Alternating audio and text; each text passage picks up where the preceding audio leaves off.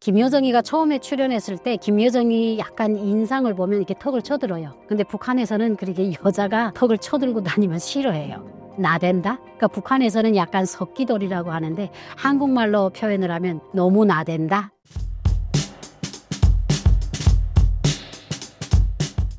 북한 주민들은 김여정을 어떻게 바라보고 있나요?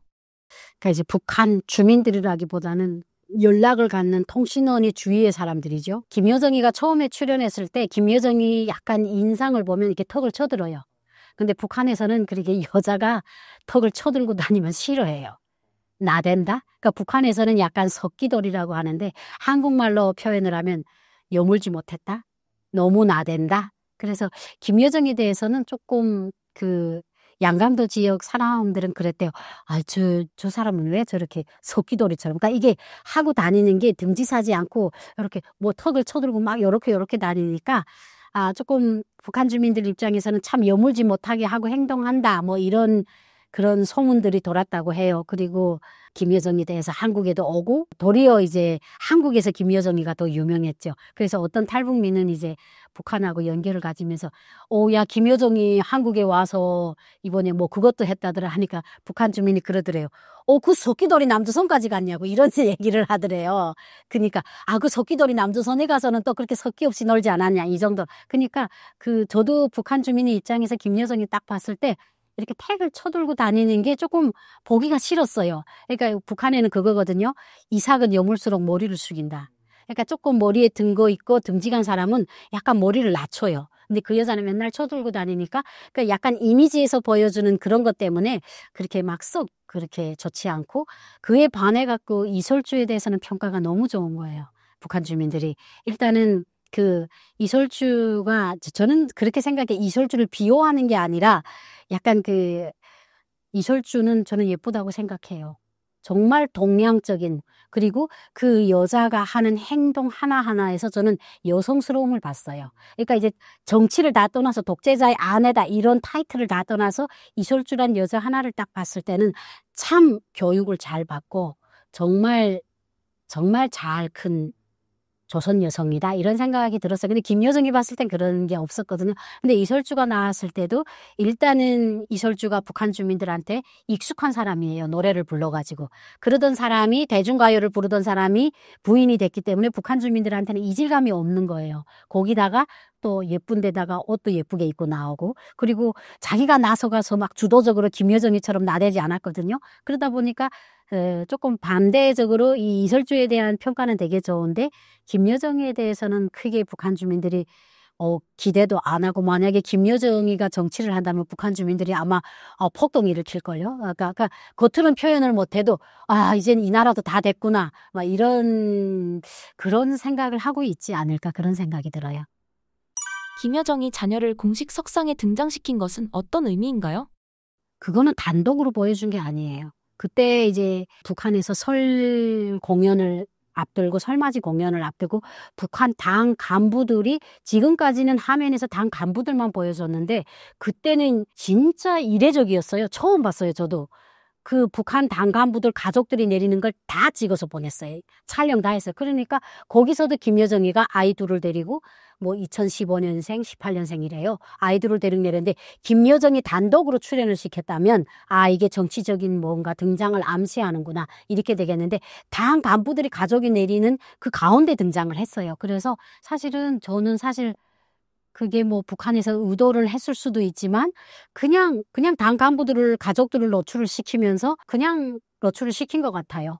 김여정이라고 해서 딱 정치적인 목적을 가지고 부각시킨 게 아닌데 그냥 우리가 그렇게 부각시켜 보진 않나? 왜냐면 김씨 가족이니까. 근데 그때 보게 되면 김여정이라고 해서 오래 촬영하지 않았어요.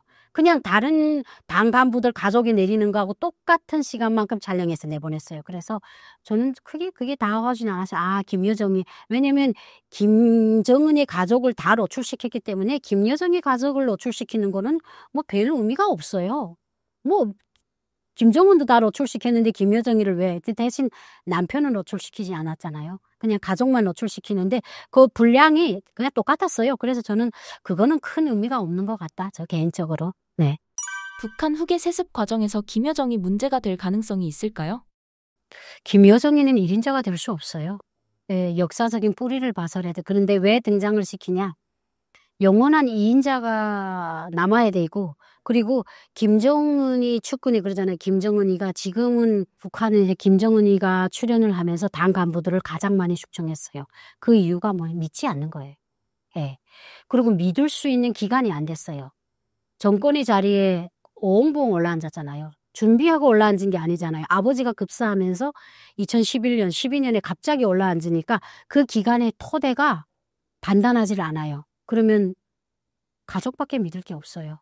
그 믿었던 장성택이마저 죽였잖아요. 그러니까 이제 김정은이는 조금 단호한 것 같아요. 그러니까 자기 핏줄만, 장성택이 같은 건 굴러 들어온 가족이고 김여정이는 자기 가족이에요. 그러니까 핏줄밖에 믿을 게 없어요. 그러니까 핏줄은, 그리고 김여정이도 당중앙위원회 부부장이라는 정식 명함이 있잖아요. 그러니까 이 사람이 나다니는 거에 대해서는 전혀 문제시 될 게 없어요. 그 일반인이 나와서 말하게 되면 그게 안 돼, 게이트죠. 근데 당중앙위원회 부부장이기 때문에 말할 수가 있어요. 그리고 그렇게 김정은의 지시를 단호하게 중요 지시를 발표하는데 김여정이를 하는 거는 2인자로서의 영원한 자리매김을 하자는 거예요. 앞으로 그 2인자가 김정은이가 갑자기 죽었을 때 대리를 할 수가 있어요. 하지만 대리뿐이에요.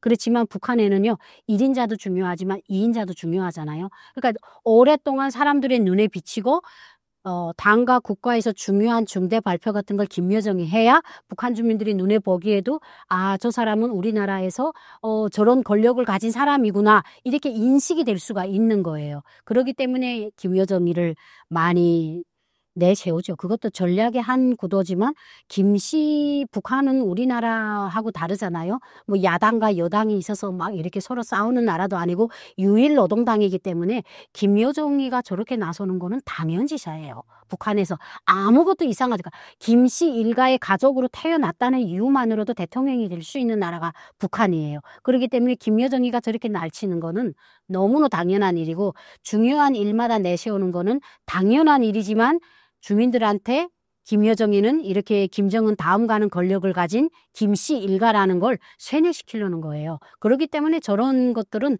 사실 북한 주민들 입장에서는 놀라지 않죠. 당연한 거죠. 왜냐면 예전에 김일성이가 정치를 할 때 김정일이가 계속 따라다녔어요. 방직공장, 편직공장. 그러면 주민들 입장에서 수령님이 왔다. 수령님 자제분도 같이 왔다. 그러면 어떤 인식을 가지겠어요? 수령님이 늙으면 자제분이 대통령 되겠구나. 이렇게 되는 거예요. 근데 이제 지금 상황에서 김주애가 어리기 때문에 북한 입장에서는 김정은의 다음 가는, 그래도 그 김정은을 뒤에서 커버하는 든든한 날개가 김여정이라는 거를 각인을 시켜줘야 돼요. 너무나 자연스러운 거예요. 그리고 뭐 권력승 진료를 위해서 다툼? 전혀 없어요. 네, 그러니까 저는 그렇게 봐요. 그 사회를 김일성 때부터 경험을 했고, 그 사회가 김씨 일가는 아마 죽지 않는 한, 저 사회가 무너지지 않는 한 6대 7대도 갈걸요. 예, 저는 그렇게 된다고 봐요. 김여정은 가족까지 죽이는 김정은에 대한 불안감이 있지 않을까요? 절대로 그럴 수가 없는 게, 김여정이하고 김정은이는 어머니가 같아요. 그리고 어머니가 빨리 돌아갔어요. 그러니까 우리가 보통 엄마가 빨리 돌아가면 형제 간의 끈끈함이라는 건 말로 표현할 수가 없어요. 그러니까 김여정이하고는 뭔가 형언할 수 없는, 뭔가 말로 표현할 수 없는 끈끈함이 있어요. 그런데 장성택은 김정은이하고 나이 차이가 있고, 장성택이가 김정은이를 아이 취급을 한 거예요. 그러니까 김정일이가 죽으니까 장성택이는 자기가 대통령은 안 돼도 내 말을 얘가 듣겠지. 그렇게 건방지게 놀다가 당한 거예요. 그러니까 김여정이하고 장성택이를 한 성산에 넣는 것 자체가 세법이 틀린 거예요. 김여정이하고 김정은이는 죽어도 그럴 사이가 아니에요. 저 애들은 죽어도 같이 죽을 아이들이고, 정권 승계 이런 거 보면 걔가 김주애한테 자리를 내주고 막 안내를 하고 이러잖아요. 고모잖아요. 고모임에도 불구하고 그 아이의 인식, 그 김여정이는 자기 오빠의 뒷자리는 오빠의 아들이나 딸이 돼야 된다는 게 각인이 됐어요.